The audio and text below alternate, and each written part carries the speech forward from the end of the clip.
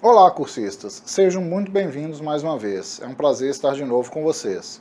Eu sou o professor Dr. Leonardo Finelli, psicólogo e pedagogo, e estarei com vocês dando sequência na disciplina em Gestão em Educação Profissional e Tecnológica do curso de pós-graduação Lato Sensu em Educação Profissional e Tecnológica. Estou aqui para dar seguimento no nosso curso. Hoje a gente vai dar uma sequência seguindo com um pouco mais sobre os fundamentos da administração e gestão escolar, considerando os diferentes agentes e atores, assim como seus papéis no regime de funcionamento escolar. Solicito que durante as aulas vocês estejam munidos de papel e caneta para quando surgir alguma dúvida vocês possam fazer a anotação e depois postarem no nosso fórum Tira Dúvidas. Então passemos à aula.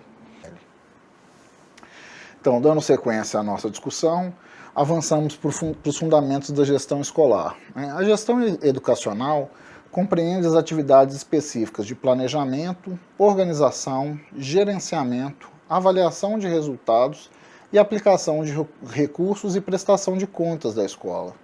Ou seja, pensar na gestão escolar é pensar numa gestão similar com uma de qualquer empresa.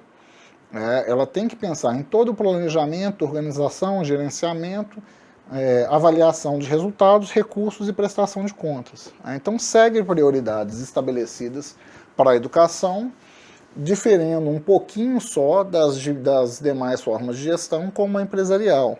Um sistema educacional ele é composto, interligado por diversos órgãos.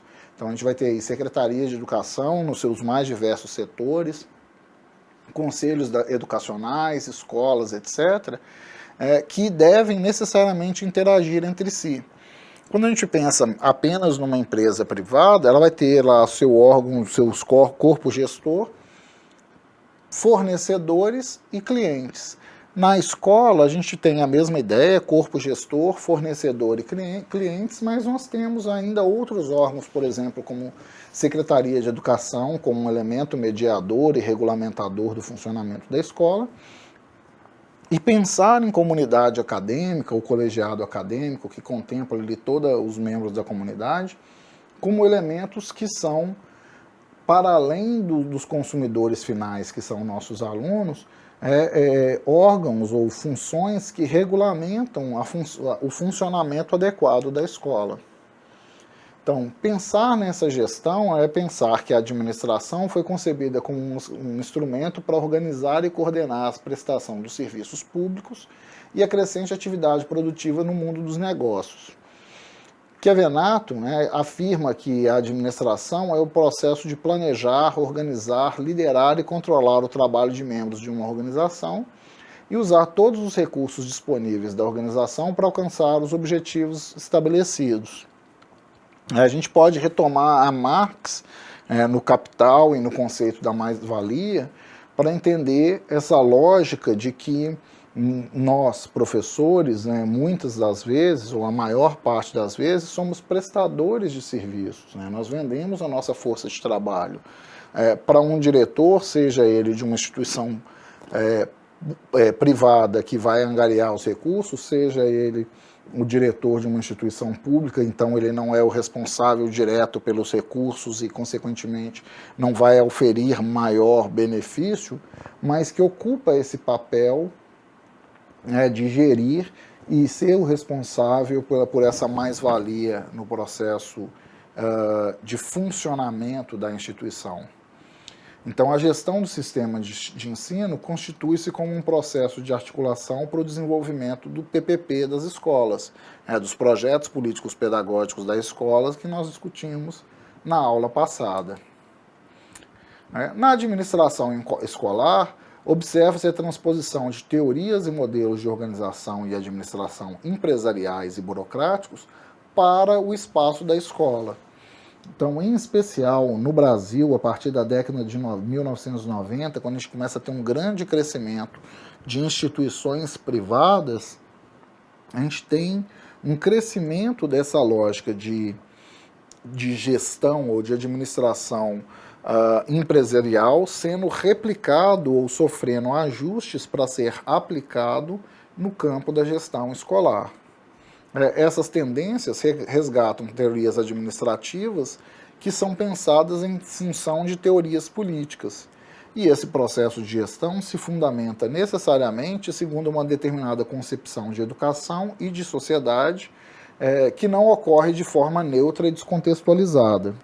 Lembrem-se das aulas desse curso, da primeira e da segunda aula desse curso, quando a gente fala de que a educação deve ser pensada em prol de uma epistemologia, em prol de um modelo de ser humano, em prol de um modelo de nação, é pensar que a administração escolar ou a gestão escolar se dá como uma forma de administração que deve atender a esses princípios, que nem sempre são claros, conhecidos, muitas vezes são tácitos, ou algumas vezes estão explicitados mais claramente ou menos claramente no projeto político-pedagógico, que, como a gente já discutiu na nossa última aula, raramente é lido, reconhecido, acessado para aqueles que fazem uso do espaço escolar, sejam professores, sejam alunos, sejam demais membros de comunidade acadêmica. Nesse sentido, a gente chega a uma formulação teórica que identifica a escola como uma grande empresa e estuda a administração que seja aplicável à escola como poderia ser aplicada a qualquer outra empresa, que se fundamenta em, primeiro, racionalização do trabalho. E aí, por exemplo, quando a gente pensa na educação no ensino superior, em especial em instituições privadas, a gente tem um papel do professor de carreira. Ele chega, dá sua aula e sai na correria para outra instituição. Então é o professor de carreira, aspas, um professor de carreiria que tem que sair correndo para atender demandas, porque ele é visto meramente como um proletário que vende sua força de trabalho, ou seja, quanto mais aulas ele ministra, maior o seu salário. Isso não acontece com esse mesmo vigor quando a gente pensa, por exemplo, em algumas instituições públicas, como o Instituto Federal, onde a remuneração do professor está sim atribuída à sua carga horária, mas também está associada não só à carga horária docente, mas também a uma dedicação exclusiva, que é remunerada, a um processo de gestão escolar, a um processo de administração de laboratório, a coordenação de pesquisa, a coordenação de atividades de extensão e por aí vai. Outra característica dessa administração empresarial diz respeito à divisão do trabalho, e aí é muito comum, até mesmo nas instituições como o Instituto, a gente vê departamentos que conversam bem entre si, ou equipes de departamentos que conversam bem entre si, mas departamentos que não conversam tão claramente com outros departamentos, unidades que não conversam tão claramente com outras unidades, cursos que não conversam tão claramente com outros cursos. Divisão do trabalho, como eu discuti na aula anterior, de professores que nem sempre são partilhados pelos trabalhos de demais membros de equipe pedagógica, como funcionários, etc., onde eu trouxe o exemplo ilustrativo de que fui dar uma aula num sábado e que a equipe de limpeza não foi comunicada e a escola não estava nem aberta e nem tinha um espaço escolar adequado para se processar o trabalho. E também, terceiro item do elemento da administração, no interesse e no trato pela administração. Então, pensar naquela questão, por exemplo, do, aspas, puxa-saco do chefe. Então, alguns funcionários querem alcançar algum status, algum prestígio, seja ele no campo econômico, seja ele no campo político, em função de atender as demandas dos seus gestores, de estar nas boas graças dos seus gestores, enquanto que outros membros não necessariamente o fazem. E aí, no nosso caso específico dos institutos federais, e pensando na educação profissional e tecnológica, eu pessoalmente ainda não vi, mas não duvido que já tenham existido algumas situações desse tipo, de organização do processo de gestão, onde, por exemplo, um dado departamento ou a dada gestão de um curso, você tinha ou tem uma figura, uma pessoa ocupando um cargo de gestão que precisa, por diversas razões, deixar esse cargo. Ou entender, por exemplo, que é necessário um processo de arejamento e de eleições periódicas, né, de mudança periódica no processo de gestão de um curso. E aí, nesse sentido, você vai ter diversos intervalos regulares, 2, 3, 4 anos, funciona de acordo com a especificidade de cada campi, etc., uma eleição do coordenador de curso, ou do coordenador de unidade, ou do coordenador de departamento, etc. E eu já vislumbrei, não uma nem duas vezes, a seleção, por exemplo, do decano, né, o funcionário com mais tempo de experiência, para exercer essa atividade, não porque ele desejava, mas porque ninguém mais queria assumir essa função. E reconhecendo aí um certo prestígio, um certo conhecimento, um certo expertise desse decano, o que é lícito e adequado, mas mesmo algumas vezes contra a sua vontade, né? A revelia da sua vontade de exercer essa função de gestão, sendo que em alguns casos eu já vi muito claramente que o decano deixou aberto essa função porque ele assumiu, por ser o decano, por constar no estatuto que em não havendo uma chapa, em não havendo um candidato, o decano assumiria, e o próprio decano reconhece que ele não dispõe das competências para ser um gestor. Ele é muito bom numa atividade profissional A, na docência, na pesquisa, na extensão, mas não necessariamente dispõe das competências, como nós já vimos e vamos continuar a ver, para ser o gestor, né, para ocupar essa posição de liderança. E isso faz com que o processo de gestão ou de trato da administração sofra dificuldades, passe por dificuldades. Então, nesse contexto, a administração escolar fundamenta-se na pretensa universalidade dos princípios da administração adotados na empresa capitalista. Tem que ter, por exemplo, uma pirâmide hierárquica de organização dos postos e funções. A administração da educação, então, propõe a divisão em 4 dimensões articuladas dialeticamente. A dimensão econômica, a pedagógica, a política e a cultural, e para cada uma dessas dimensões analíticas há um critério de desempenho administrativo, né, considerando eficiência, eficácia, efetividade e relevância que devem ser atendidos. Então, entrando mais detidamente em cada uma delas, em termos da dimensão econômica, a gente está falando de lidar com os recursos financeiros, materiais e estrutura e normas burocráticas da coordenação e comunicação da escola. Então, a dimensão econômica da gestão prevê o controle desses recursos, organiza a estrutura da instituição, fixa os papéis, os cargos, né, cuida, por exemplo, da descrição de análise e descrição de cargos, faz a divisão da força de trabalho, né, determina como o trabalho deve ser realizado, considerando as normas de ação para a execução desse trabalho. Já na dimensão pedagógica, a gente está falando do conjunto de princípios e cenários e técnicas educacionais que são intrinsecamente comprometidas com a consecução eficaz dos objetivos do sistema de educação de uma escola.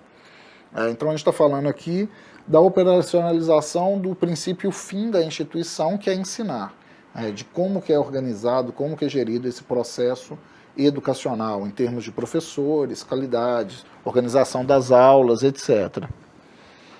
Ele se relaciona com as demais dimensões e oferece ali os elementos e instrumentos para o funcionamento adequado desse princípio pedagógico que é do ensinar da escola. Já na dimensão política, a gente está falando ali de uma competência que engloba as estratégias de ação organizada dos participantes do sistema educacional das escolas.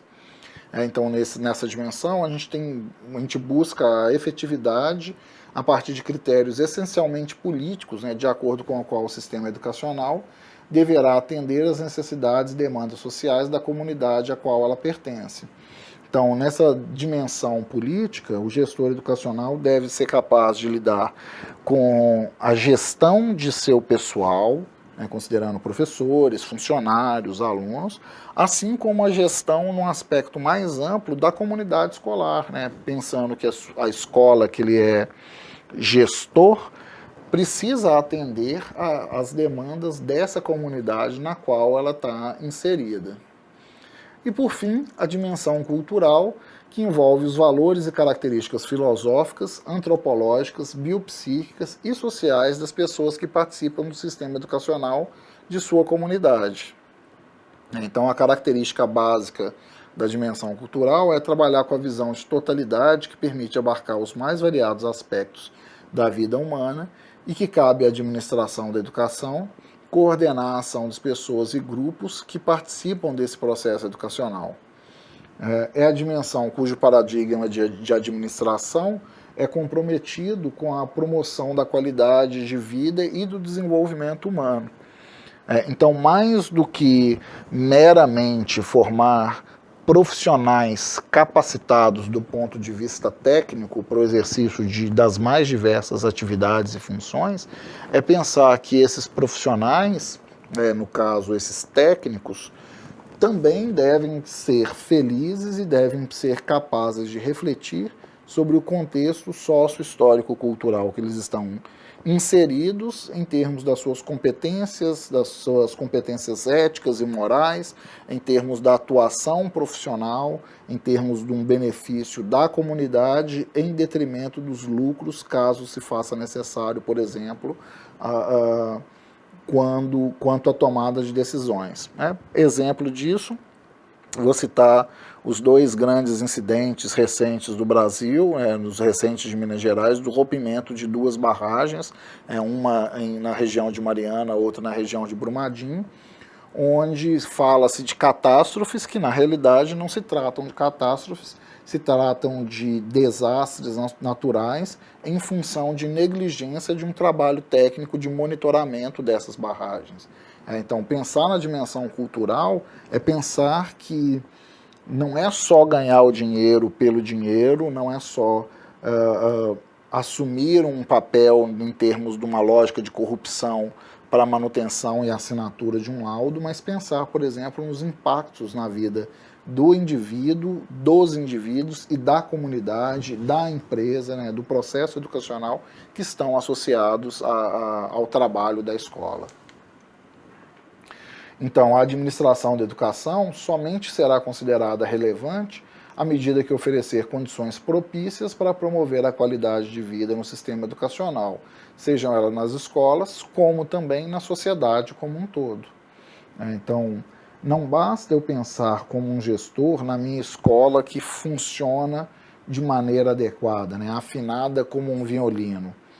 A minha escola ela deve funcionar afinada como um violino, atendendo a demanda do meu público, atendendo a demanda da comunidade na qual ela está inserida. Porque se isso não acontece dessa forma, o princípio básico educacional se perde. Então, pensando nos elementos da administração escolar, a gente tem que pensar nos elementos, por exemplo, estabelecidos por Fayol, um grande administrador, um grande teórico da teoria da administração geral, substituindo alguns elementos de modos a adequá-los à gestão educacional. Então, por exemplo, considerar a previsão por planejamento. Então, a gente tem ali um conjunto de elementos da administração escolar que podem ser elencados. O primeiro deles, o planejamento. Conhecer a realidade do processo educativo. Qual que é a comunidade escolar? Como é que é a realidade do seu entorno? Então, pensando na educação profissional e tecnológica, que tipo de curso que eu vou oferecer? Em que nível? Com que finalidade? É técnico ou é tecnológico? É técnico com equivalência de ensino médio ou tecnológico com equivalência de ensino superior? Porque isso impacta em termos de carga horária, impacta em termos de remuneração docente, impacta em termos de formação e capacitação dos profissionais, impacta em termos de duração do curso, ou seja, da inserção desse estudante no mercado de trabalho. Impacta em termos das competências desses profissionais, se vai ser um curso mais extenso ou mais enxuto. Então, pensar nesse planejamento, preciso conhecer qual é a demanda para esse curso que vai ser oferecido. Preciso pensar também em termos da organização, como compor a estrutura da escola em termos de uma instituição. Então eu tenho que estabelecer as funções e atribuições de cada funcionário. É o que eu falei lá da análise de cargo ou descrição de cargo. É preciso pensar, por exemplo, no organograma de descrição de cargos e funções. E ainda nesse nível da organização, eu preciso agregar também a gestão dos recursos físicos, materiais e financeiros. Então, além de planejar, eu tenho que ter clareza, né, muito organizado, né, eu preciso ter clareza dos papéis e funções, assim como na gestão dos recursos. A partir daí eu posso avançar para a assistência à execução, né, onde eu vou acompanhar e coordenar, enquanto gestor, a execução desse projeto. Seja, na hora que eu falo enquanto gestor, seja enquanto diretor de uma instituição, seja enquanto membro de um colegiado dessa instituição, seja enquanto professor na sala de aula que estou gerindo um processo educacional de sala, gerindo a minha disciplina. Daí eu posso falar para avançar para avaliação dos resultados, sempre pensados em relação aos objetivos propostos. Então, se eu pensei como professor em sala de aula, eu atendi os objetivos da disciplina, eu promovi o aprendizado daquele conteúdo técnico ou tecnológico, ou enquanto gestor, eu atendi as demandas da comunidade, do município.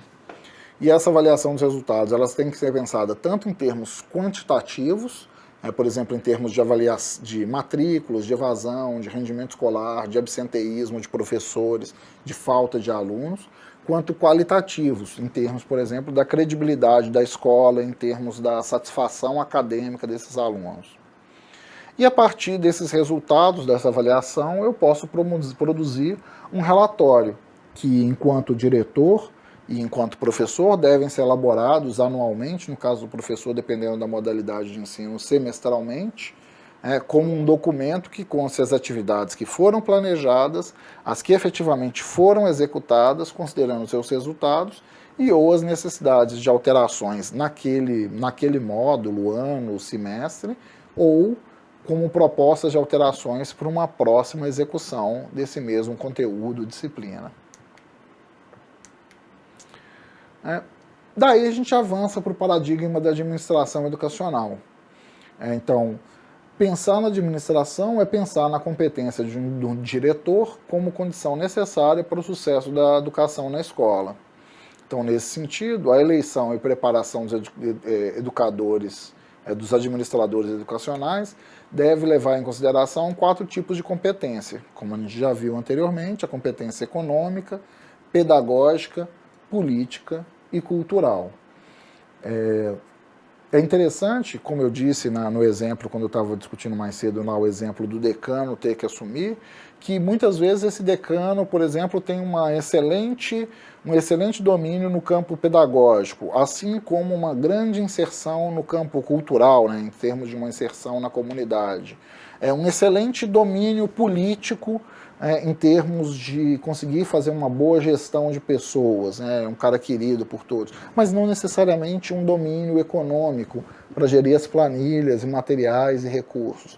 Ou seja, o gestor, o diretor, o gestor educacional, ele deve ter competências nessas 4 áreas. É claro que é difícil pensar nisso como de uma maneira holística, algumas pessoas vão ter mais em uma área, menos em outra, mas mesmo nesses casos é importante reconhecer essas limitações e se cercar de uma equipe, de um colegiado acadêmico, de um colegiado escolar, de um conselho escolar, mais precisamente a palavra, um conselho escolar, que me complemente em termos das competências que eu disponho de maneira mais limitada.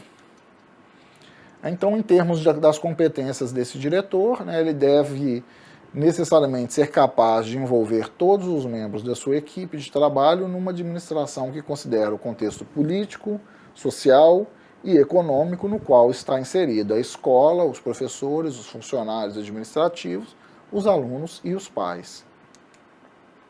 Então, nesse sentido, o diretor deve ser capaz de identificar como se dá a interação entre esse contexto e as atividades e objetivos da escola. Ele deve identificar as características das pessoas que trabalham nas escolas. Então você vai ver, por exemplo, dentro da sua equipe, profissionais que são mais obsessivos, que gostam de tudo certinho. Esses profissionais dispõem de uma competência que pode ser muito útil, por exemplo, para gerir caixa escolar. mas podem ser rígidos na hora de pensar em estratégias educacionais. Por outro lado, você pode ter o oposto, pessoas que são muito criativas em termos de gestão de projetos de extensão, mas que têm dificuldades em termos da organização de materiais e recursos para organizar uma pesquisa.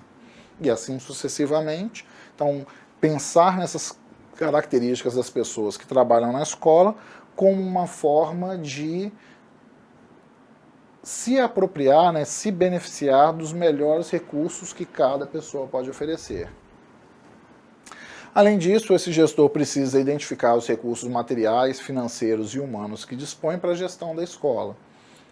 Se tem mais recurso, dá para fazer mais coisas. Se tem menos recursos, talvez tenha que limitar em termos de execução. Talvez precise de criar estratégias para obter mais recursos. Pensem nas experiências pregressas de vocês. Eventualmente vocês estudaram em escolas em que aconteceu, por exemplo, uma feira beneficente para angariar fundos para arrumar um dado espaço da escola, para pintar a quadra, para arrumar o telhado do pavilhão.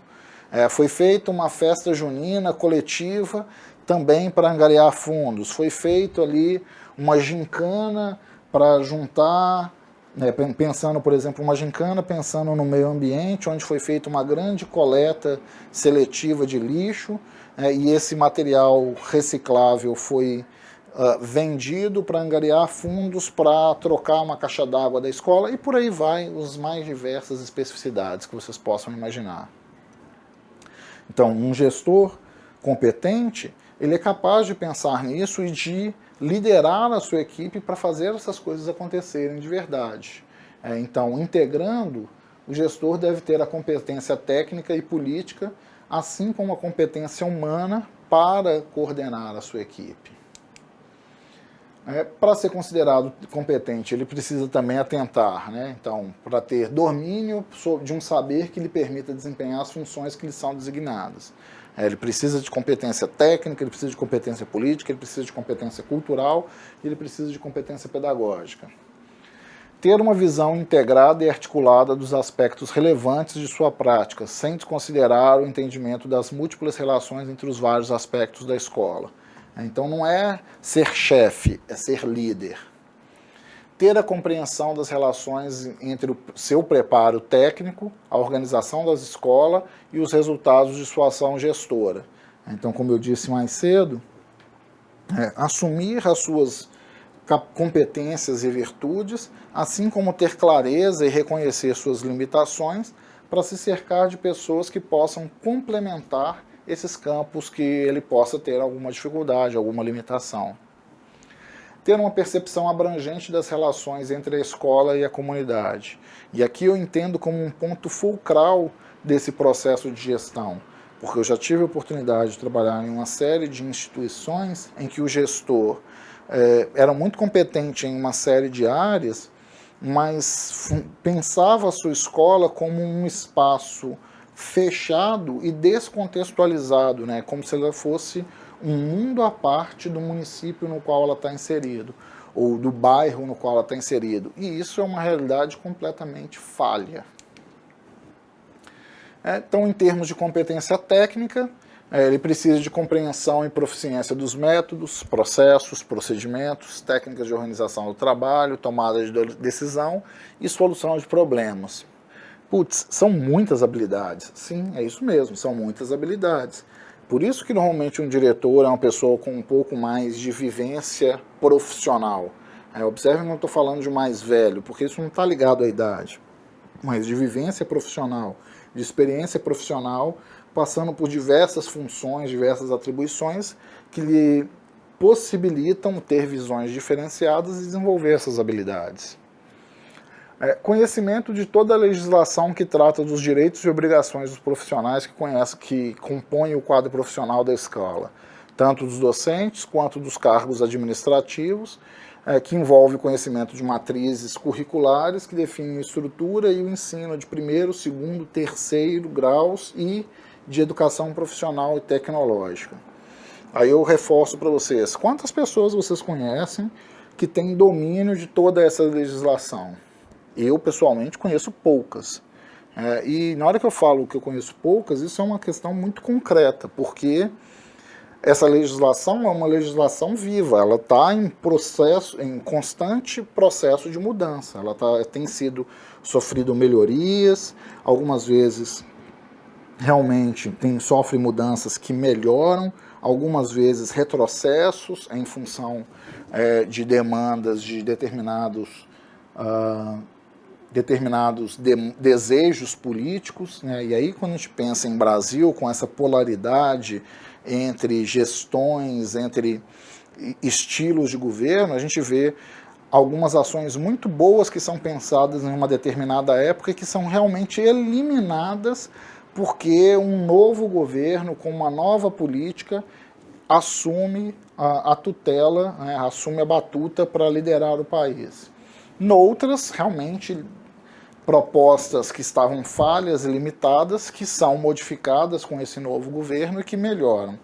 Então, pensando de uma maneira atemporal e tentando minimizar aí a crítica a um governo A ou um governo B, a um partido A ou um partido B, é importante a gente reconhecer que essas mudanças elas são muito processuais, muito constantes, muito permanentes e que, nesse sentido, conhecer e estar constantemente se atualizando é um processo que é trabalhoso para qualquer gestor.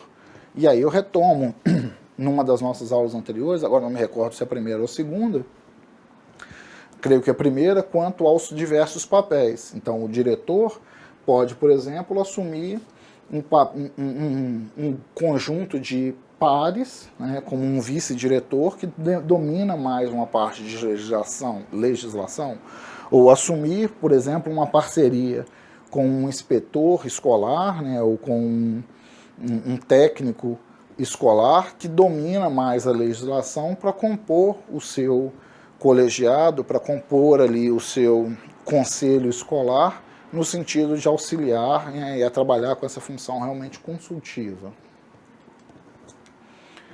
Conhecimento de técnicas e princípios utilizados na elaboração de planejamentos. Mesma ideia. Nem todo indivíduo que é educador assume a função de diretor, por exemplo, por ter dificuldades nessa função de planejamento. Conhecimento nos processos de avaliação e controle das atividades administrativas e pedagógicas. Às vezes o profissional é um excelente educador, tem uma grande parceria ali com seus pares, funciona muito bem com a equipe de outros professores, e assumir a posição de gestão, e ao assumir essa posição de gestão, adota, por exemplo, uma perspectiva de gestão tirânica, o que não é adequado. Conhecimento de métodos e técnicas para elaboração de horários de aula, elaboração de calendários, elaboração de planos de ensino. Hoje, nesse aspecto, a gente pode pensar de uma maneira muito mais tranquila, porque existem empresas, existem softwares que auxiliam o nosso trabalho de gestão para a elaboração desses elementos, que não deixam de ser elementos importantes, mas que demandam um certo expertise, por exemplo, na elaboração de horários, ou que tem todo um conjunto de técnicas para a elaboração de planos de ensino. Conhecimento sobre administração de material, arquivos, escrituração escolar e contabilidade. De novo, a gente vai ter um conjunto de técnicos que podem compor aí o nosso colegiado, o nosso conselho acadêmico, ou conselho escolar, que devem deter essa expertise. Se não necessariamente o próprio diretor, você vai ter que ter ali um chefe de secretaria, um coordenador de secretaria, que detém essa habilidade, até para caso das conferências dessa documentação, em termos de titulação, em termos de certificação dos acadêmicos ou de profissionais, em termos de formação em EPT. Domínio de técnicas de recrutamento, seleção, treinamento e avaliação de pessoal. Aí isso um pouco menos, por exemplo, em termos das instituições públicas e mais em termos das instituições privadas. Por exemplo, quando a gente pensa na parte de recrutamento, seleção e treinamento. Porque nas instituições públicas já existem legislações muito claras e muito específicas para organizar processo seletivo, né? Concurso, tem que vir um edital, tem que vir um setor jurídico para estabelecer esse edital e conferir esse edital, etc. Então, a gestão escolar, né, os gestores, meramente demandam e participam conferindo ou pontuando a construção desses documentos. Numa instituição privada, por sua vez, esse processo é todo gerido pela própria instituição, o que nem sempre detém esse conhecimento. A elaboração, por exemplo, de uma banca para contratação de professores. Isso é um processo complexo, que demanda expertise desses profissionais, que demanda expertise e clareza do que se deseja de uma descrição de cargo, que nem sempre é muito clara em termos de uma instituição privada, mas que tem muita clareza, por exemplo, de quais as competências que o profissional que vai assumir o cargo precisa de ter em termos de processos educacionais, o que ele vai ensinar. Por exemplo, quando a gente pensa em processo seletivo no Estado, pensa-se nas longas listas, né, as longuíssimas listas de contagem de tempo. Então você tem um critério aí que é muito mais temporal do que meritório. Por outro lado, quando houve a proposta de que se houvesse uma avaliação pela gestão escolar, então uma avaliação escolar que nem sempre é isonômica, então aos próximos do diretor, as pessoas queridas do diretor, uma avaliação com uma maior pontuação, àqueles que não necessariamente são tão próximos do diretor ou que apresentam algum tipo de oposição ao seu processo de gestão, uma pontuação menor. Então isso é um elemento de corrupção que existe no Brasil, que não pode ser negligenciado e que é importante de ser pensado. Em termos de avaliação, em termos de seleção, em termos de treinamento, isso nem sempre é muito claro. Muitas vezes a gente seleciona um docente na expectativa de que ele já domine o processo, mas, por exemplo, dar aula para a educação formal é completamente diferente de dar aula para um curso de educação profissional e tecnológica. Dar aula numa instituição privada é completamente diferente de dar aula numa instituição pública, em especial num instituto. E nem sempre o profissional que está entrando detém a competência de um ou de outra modalidade e, consequentemente, pode não exercer o melhor trabalho, não porque ele não saiba fazer, mas porque meramente ninguém disse para ele que dar aula na EPT é diferente de dar aula no ensino regular. É preciso, então, que esse diretor detenha competência política, conhecimento de como os determinantes de ordem política, social e econômica contribuem ou não para o processo de ensino-aprendizagem. Mudanças no campo político, mudanças de legislação, mudanças de gestão, mudanças de fenômenos culturais impactam na escola. Um exemplo bem concreto para nos ilustrar, o avanço da tecnologia da informação e comunicação. A gente pensar nessa aula discutida num ambiente virtual de aprendizagem, que alguns de vocês podem estar assistindo num celular, de formato assíncrono, numa posição georreferenciada bastante atípica. Pensar, por exemplo, que o seu aluno na sala de aula há 15 anos atrás não tinha celular, hoje todos têm smartphone. Quando não tem é uma exceção, então podemos dizer praticamente todos têm smartphone. E isso é uma mudança cultural que impacta em termos do reconhecimento político de organização da escola. Então essa competência política exige que o diretor, através do seu saber e de sua prática, cumpra seu papel contribuindo para a correção das distorções e das injustiças que estão presentes na sociedade. E elas se fazem presentes. Compreender que a escola e todos os que nela trabalham e estudam são interdependentes. O professor precisa do aluno, porque se a disciplina for tão chata, tão ruim, tão inadequada, que ninguém se matricula, não justifica se manter o professor. E o análogo também é válido.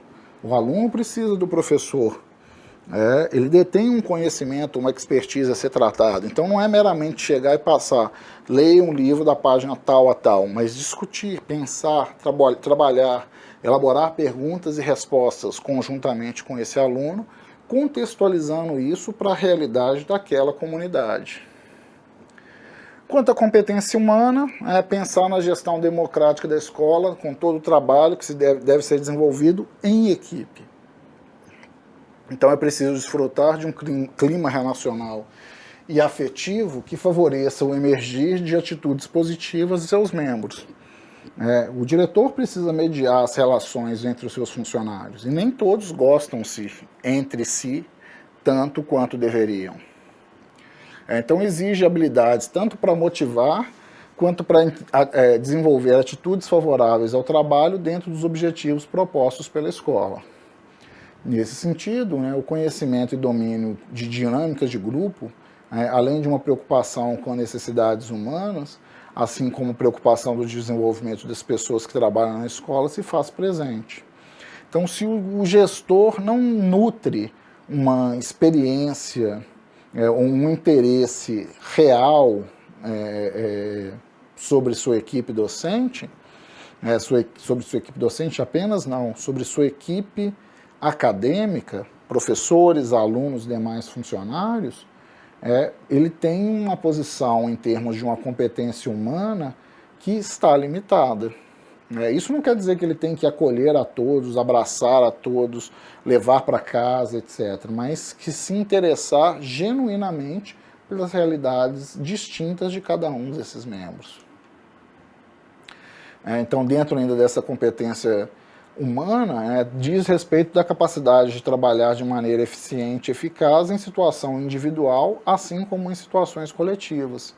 Eu já vi vários gestores que têm uma posição muito centralizadora e que, por ter essa posição centralizadora, têm dificuldade de delegar. Então, eles acabam tendo que executar, se sobrecarregam e adoecem.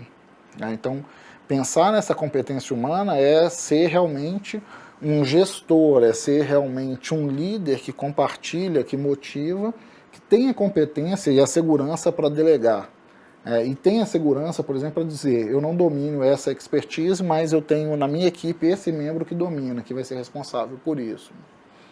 Então é pensar numa compreensão empática e numa consideração positiva que seja incondicional com seus colaboradores. Como eu disse anteriormente, não é necessariamente abraçar a cada um, mas se interessar genuinamente pela vida de cada um, no sentido de que são seres humanos que participam da vida do processo de gestão escolar. Essa consideração empática e incondicional ela deve ocorrer mesmo quando o diretor não se sentir identificado nem devotar afetividade por algum dos seus membros da equipe. Por exemplo, quanto a opositores políticos ou quanto a opositores técnicos teóricos. Ele tem uma proposta e tem um opositor que não curte aquela proposta e que tem uma contraproposta diferente. A despeito disso, é um ser humano que precisa ser ouvido, que precisa ser compreendido e, trabalhando nessa lógica democrática, pensar num processo decisório que as duas propostas sejam escutadas e acolhida aquela que a maioria considerar como melhor e, eventualmente, fazer os processos de mudanças que se fizerem necessários no decorrer da sua execução. Então, nesse sentido, uma competência humana cria na escola um clima organizacional que favoreça a concretização do projeto educativo dessa escola. Em termos dos modelos de gestão, e aí avançando para finalizar, nós tínhamos um modelo burocrático de gestão, em que a instituição escola é reconhecida como uma instituição capitalista qualquer. Então, a administração das organizações educacionais acontecia sob um paradigma empresarial, em um modelo eminentemente burocrático, em que eficiência e eficácia ocupam um lugar de destaque nas questões gerenciais, sobrepondo a especificidade da organização educacional. Quando você começa a ir para uma instituição, que se tem uma demanda de qualquer ordem, Procura um gestor ou uma posição de gestão e começam a te enrolar, mandando, não, você resolve isso no setor B. O setor B te encaminha para o setor C. O setor C te encaminha para o setor E. Pode saber que você está verificando, você está acompanhando aí uma instituição que trabalha com esse paradigma empresarial ou com esse modelo burocrático de gestão, onde tem muito claramente definidas nessa pirâmide, né, nesse organograma institucional, as funções que devem ser delegadas para cada um dos grupos. E que, ainda nessa organização, tem uma limitação, por exemplo, em termos comunicacionais, porque se mesmo nessa estrutura a comunicação ela é eficiente e eficaz, na hora que você foi no setor A e ele não domina a expertise, não pode te atender e ele detém essa comunicação funcional, ele já sabe que ele deve te indicar para o setor E e não para o setor B, que vai indicar para o C, que vai indicar para o E, que são cada um especialista em uma das áreas distintas. Então, nesse modelo burocrático, o aluno é considerado um objeto que deverá se moldar aos paradigmas de quem concebe a educação ou comanda a organização. Então, o foco não é na aprendizagem, o foco não é no aluno, sim, o foco é na organização dessa estrutura que é pensada a partir de uma ou de poucas cabeças para estruturar o sistema, o que nem sempre é eficiente ou eficaz. Já no modelo democrático de gestão, né, pensando aí numa escola cidadã, que é o que a gente vem propondo, que é o que eu venho trabalhando, que eu tento apresentar para vocês, apesar de não ter nomeado exatamente com essas palavras, mas pensar nessa gestão democrática é pensar numa gestão de educação situada como uma questão política e técnica. Como eu vim falando nessas 3 aulas, o foco do papel de construção da cidadania é destacado no modelo democrático de gestão da escola. Então, o poder está no todo, que é feito com um processo dinâmico, construído coletivamente, a partir do conhecimento e da afetividade. Ou seja, eu tenho um gestor que é líder e não que dá ordens. Um gestor líder consegue montar a melhor equipe em termos das competências e habilidades e é capaz de delegar funções sem temer perder, por exemplo, seu poder político enquanto gestor. Então, o espaço ele é ocupado por pessoas e não por coisas, não por funções. O gestor é o coordenador e possui um conhecimento técnico e percepção política, porém não é mais o dono do fazer, ele é capaz de delegar, ele não tem que deter toda a expertise. Então ele é um animador do processo que permeia o fazer educacional. O gestor, então, ele atua como um mediador das vontades e dos conflitos do grupo. Nesse sentido, ele é comprometido, né, essa gestão, essa modelo de administração, é comprometida com a inclusão social, fundamentada no modelo cognitivo e afetivo. E deve possuir clareza em termos de propósito, no sentido de estar subordinado aos interesses dos cidadãos a que servem, ou da comunidade na qual ela está inserida. Caminhando para o fim, a especificidade da organização educacional. Então, a organização educacional é diferente das demais organizações administrativas em termos de suas finalidades. Então, algumas características. A sua estrutura pedagógica lida com a sua finalidade e a diferencia de outros tipos de empresa. As relações internas e externas que advêm dessa estrutura. Então, por exemplo, a gente tem ocupando um mesmo espaço de funcionamento funcionários e clientes, professores e alunos. Essa escola, ela se insere numa comunidade, ela não pode ser isolada dela, se fechar em si própria. Então, além disso, ela observa a produção que é bastante distinta da maioria das organizações. Você pensa numa fábrica qualquer, ela mede sua produção em termos de resultado, você mede seus resultados em termos da produção no final do mês. Conseguimos produzir X peças, conseguimos produzir X unidades de... Na educação, não dá para trabalhar meramente com essa lógica quantitativa. A gente tem que pensar também na lógica qualitativa, de satisfação acadêmica, de conhecimento agregado. Então, é administrar em diferentes níveis a elaboração e o acompanhamento do processo de qualidade da educação que se deseja, acompanhando uma proposta educacional fundamentada num paradigma de ser humano e de sociedade.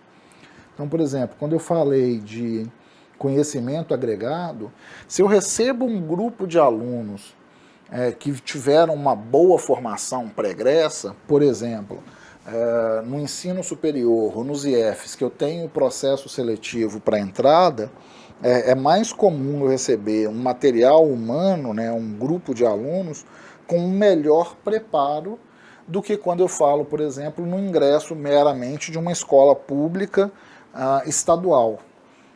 E nesse sentido eu consigo, porque eles já têm um lastro, eles têm uma bagagem de serem bons alunos, eu consigo avançar mais nos processos educacionais, produzir mais conhecimentos.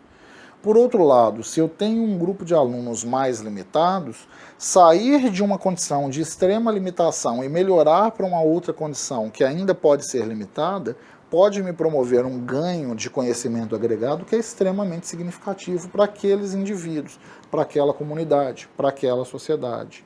Então é ter clareza de que eu tenho, enquanto gestor, enquanto professor, que lidar com a realidade que eu recebo e não exatamente com a realidade que eu idealizo. Então é necessário que o gestor faça uma boa análise das propostas educacionais que deverão estar presentes tanto no plano estadual quanto municipal de ensino. É que eu falei já anteriormente de pensar, por exemplo, que eu tenho que fazer uma proposta de um projeto político-pedagógico, de um curso de educação profissional e tecnológica, mas que atenda aos desígnios de PCN, né, Plano Curricular Nacional, de DCN, de Diretrizes Curriculares Nacionais, de BNCC e outras regulamentações que estabelecem esse formato de gestão. Pensando na realidade da organização e administração escolar, a gente observa em nossas instituições educacionais que a maioria dos indivíduos preparados não ocupa posições elevadas na instituição, porque são normalmente funções políticas. Ao contrário, eles ocupam posições intermediárias, ou seja, eles compõem um grupo de especialistas. Já a função de administração, que é produto de uma longa evolução histórica, traz a marca de contradições sociais. Algumas vezes você vai ter um gestor que tem um bom reconhecimento político, apesar de não ter a boa competência profissional para ocupar esse cargo. Em termos de um organograma, a gente tem lá a figura do diretor no topo, que deveria coordenar, aí, por exemplo, um colegiado escolar, que deve vir assessorado então, pela Associação de Pais e Mestres, que compõe esse conselho escolar, que regimentam, regulamentam, deliberam sobre as funções da secretaria, do serviço de orientação, dos professores, dos auxiliares de pessoal, e a partir aí do serviço de orientação e dos professores, nós vamos ter os alunos que não devem ser vistos meramente como objetos do processo de aprendizado, que por estarem mais abaixo nesse organograma, nessa hierarquia do organograma, não necessariamente devem ser vistos como objetos que estão lá sujeitos, como tábulas rasas, ao mero aprendizado do que se propõe. Eles devem ser ouvidos, eles têm uma voz crítica em termos de compreender o que eles desejam e de demonstrar que o processo educacional, o processo de gestão que vai levar ao processo de ensino-aprendizagem, está sendo ofertado de maneira mais ou menos adequada. E, por fim, a administração é defendida odiernamente. Nos sistemas de ensino, é ainda considerado como uma utilização racional de recursos para a realização dos fins educacionais. Ou seja, a administração, a gestão escolar, ainda é vista meramente em termos de atender os preceitos de gestão, de administração escolar, o que é uma limitação. Essa gestão ela deve considerar os princípios da praxis criadora, que lida com a consciência e realização humana, assim como uma praxis reiterativa, que lida com a imitação, de duplicação dos processos que foram exitosos no passado para o presente, ou adequando esses processos para ações futuras. Lembro que para que vocês tenham um bom desempenho, vocês não devem deixar o material acumular. Acompanhe o calendário e realize as atividades em dia. Eu estimo a todos um sucesso, que vocês tenham gostado dessa aula e que vocês avancem com a leitura do material disponível no nosso ambiente virtual de aprendizagem e que vocês avancem com a leitura de material complementar. Por enquanto é isso. Sucesso e bom trabalho.